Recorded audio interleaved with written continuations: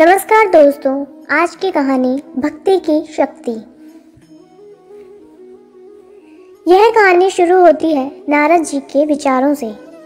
नारद जी धरती पर रहने वाले लोगों को देखते हुए स्वर्ग में विचरण कर रहे थे। धरती पर रहने वाले लोगों के कर्म देखकर नारद के मन में कर्मों के फल और पापों के दंड को लेकर विचार आया। अपने ये विचार लेकर वे ब्रह्मा जी के पास जाते हैं और ब्रह्मा जी से पूछते हैं, हे ब्रह्मा जी, यदि बुरे कर्म करने वाला इंसान अच्छे कर्म करने लग जाए तो क्या वह अपने पापों से मुक्त हो सकता है? क्या वह अपने पापों से मिलने वाली सजा से बच सकता है? तो ब्रह्मा जी नारद जी के इन सवालों का जवाब देते हुए कहते हैं कि हाँ भी और नहीं भी। हाँ का मतलब यह है कि अगर कोई इंसान अपने किए गए पापों से मुक्ति पाना चाहता है तो उसके लिए निस्वार्थ भाव से अपनाया गया दान, पुण्य, धर्म और भक्ति का रास्ता सबसे उत्तम होता है। अगर इंसान दिल से अपने पापों का पश्चाताप करते हुए निस्वार्थ भाव से दान, पुण्य, धर्म और भक्ति का रास्ता अपनाता है तो वह उस जन्म में अपने मिलने वाले पापों के दंड से मुक्त हो सकता है। इससे उस इंसान के किए गए पापों की सज़ा कुछ कम जरूर हो जाएगी, लेकिन पापों का दंड तो जीवन काल में भोगना ही पड़ेगा। किंतु कुछ जघन्य अपराध यानी घोर पाप ऐसे होते हैं जिनका दंड शारीरिक एवं मानसिक रूप से न सिर्फ इस जन्म में बल्कि आने वाले एक या कई जन्मों तक भोगने पड़ते हैं, यानी इंसान के कर्म कभी पीछा नहीं छोड़ते।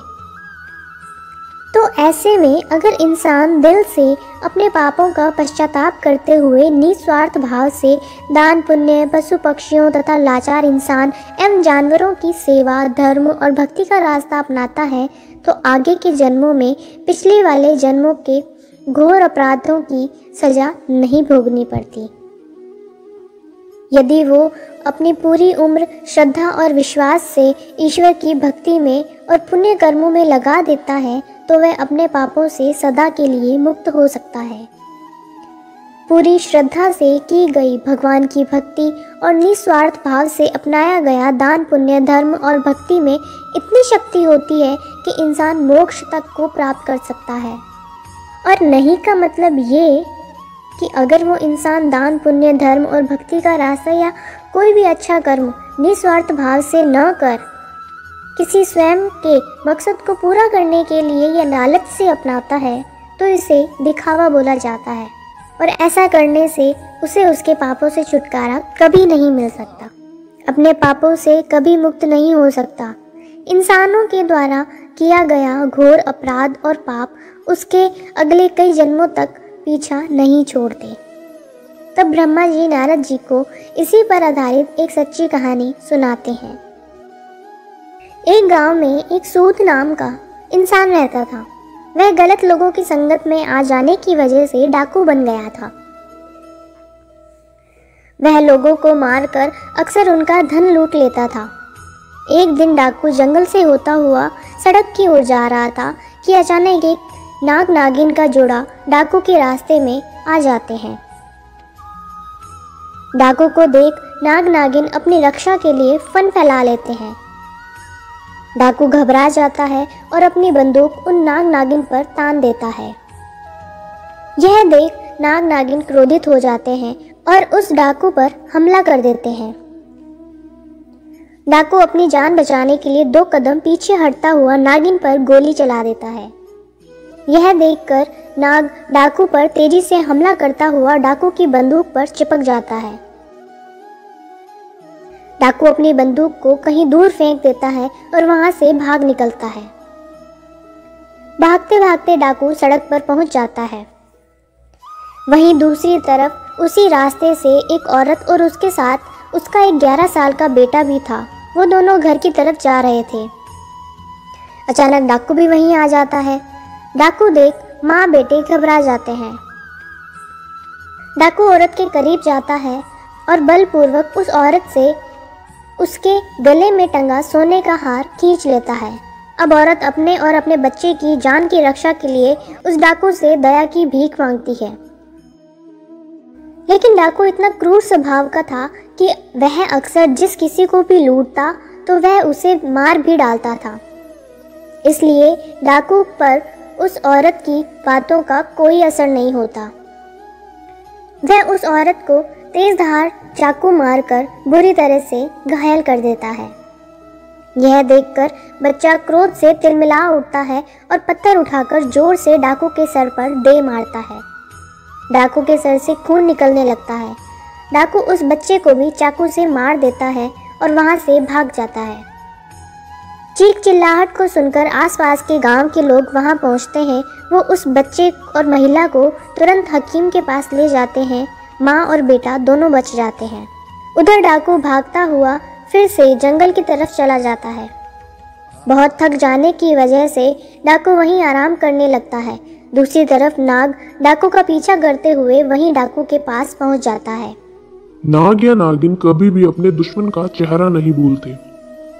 डाकू सो चुका होता है और इधर नाग अपनी नागिन की मौत का बदला लेते हुए डाकू के पैर को डस लेता है। डाकू दर्द से छटपटाता हुआ वहीं मर जाता है। यह सारी घटना यमपुरी में बैठे हुए चित्रगुप्त और यमराज जी देख रहे थे। डाकू के मरते ही यम के दूत यमलोक से धरती पर डाकू की आत्मा को लेने आते हैं। वह डाकू की आत्मा को यमलोक ले जाते हैं। यमलोक में चित्रगुप्त जी अपनी किताब में डाकू के द्वारा किए गए सभी कर्मों और पापों का लेखा जोखा देखते हुए उसे उसके पापों की सजा सुनाते हैं। डाकू की आत्मा को बहुत सारी यातनाएं दी जाती हैं। इसके बाद चित्रगुप्त जी डाकू की आत्मा को बोलते हैं कि जिस 11 साल के बच्चे को तुमने चाकू से मारा था, उस पाप की सजा भोगने के लिए तुम्हारा फिर से धरती पर जन्म होगा और एक पंडित के घर में होगा, जहां तुम सिर्फ 11 साल तक ही जीवित रहोगे। दूसरी तरफ एक गांव में एक पंडित रहता था, जिसकी पत्नी को 10 साल से कोई भी औलाद नहीं हुई थी। पंडित भगवान भोलेनाथ का बहुत बड़ा भक्त था। वह रोज भोले बाबा की पूरी श्रद्धा और विश्वास से पूजा अर्चना किया करता था। इसके अलावा वह गरीबों और साधु संतों को भोजन भी करवाता था। एक दिन भगवान शंकर पंडित की सच्ची भक्ति और पुण्य कर्मों से प्रसन्न होकर पंडित को दर्शन देते हैं। पंडित भगवान शंकर के दर्शन पाकर बहुत प्रसन्न होता है। भगवान शंकर बोलते हैं, मैं तुम्हारी सच्ची भक्ति से बहुत प्रसन्न हूँ। बोलो, क्या वरदान दूँ तुम्हें? पंडित एक पुत्र की मांग करता है। भगवान शंकर तो अंतर्यामी थे। वह भूत भविष्य पहले से ही जानते थे कि पंडित क्या वरदान मांगेगा। इसलिए उन्होंने पंडित को पुत्र देने का वरदान देने से पहले ही यह बात बता दी कि यह पुत्र सिर्फ 11 वर्ष ही जिएगा, उसके बाद मर जाएगा। यह जानने के बाद भी पंडित कुछ नहीं बोलता, क्योंकि उसे अपनी भक्ति पर पूरा भरोसा था कि भगवान अपने भक्त के साथ कभी अन्याय नहीं होने देंगे। यह सोचता हुआ पंडित पुत्र का वरदान मांग लेता है। भगवान शंकर पुत्र का वरदान देकर वहां से गायब हो जाते हैं। अगले 9 महीने बाद पंडित के घर पुत्र का जन्म होता है।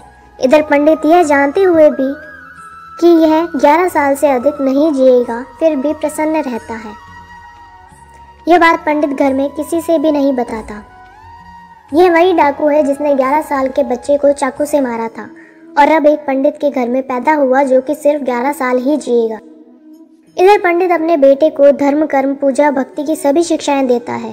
पंडित अपने बेटे का नाम शंकर रखता है। देखते ही देखते दिन बीतते गए। शंकर को 11 साल पूरे होने में सिर्फ 1 महीना ही बचा था। पंडित शंकर के मामा को तुरंत घर बुलवाते हैं और खूब सारा धन देकर काशी जाने को कहते हैं। पंडित धन देते हुए बोलता है कि वहाँ शंकर के हाथों 28 दिनों तक यज्ञ करवाना, साधु संतों को पूरी श्रद्धा से भोजन करवाना और पूरी विधि अनुसार महामृत्युंजय के मंत्र का जाप करते हुए 28 दिनों तक रोज सुबह भगवान शिव की पूरी श्रद्धा से विधि अनुसार पूजा करनी है। अगले ही दिन मामा और शंकर धन लेकर काशी के लिए निकल पड़ते हैं। काशी पहुंचते ही मामा और शंकर वो सब करना शुरू कर देते हैं जैसा कि पंडित ने बताया था। ठीक 28वें दिन शंकर की हालत अचानक खराब हो जाती है। शंकर के मामा शंकर को आराम करने के लिए अंदर भेज देते हैं। शंकर के मामा जब सब साधुओं को भोजन करवा के शाम को शंकर के पास वापस लौटते हैं तो शंकर मर चुका है। यह देख शंकर के मामा जोर जोर से रोने लगते हैं। इतने में यमलोक के दूत शंकर की आत्मा को लेकर यमलोक पहुंचते हैं। यमलोक में चित्रगुप्त जैसे ही शंकर के पाप पुण्य के लेखे की किताब खोलते हैं तो चकित रह जाते हैं और जोर से बोल उठते हैं, असंभव, अद्भुत। ये दो शब्द बोलते ही चित्रगुप्त कुछ देर तक तो यूं ही मौन खड़े रहते हैं। फिर कुछ देर बाद चित्रगुप्त ऊंचे स्वर में यमदूतों को आदेश देते हैं कि तुरंत अभी के अभी शंकर की आत्मा को शंकर के शरीर में डालकर आओ। यमदूत शंकर की आत्मा को उसके शरीर में पुनः डाल देते हैं और शंकर फिर से जी उठता है।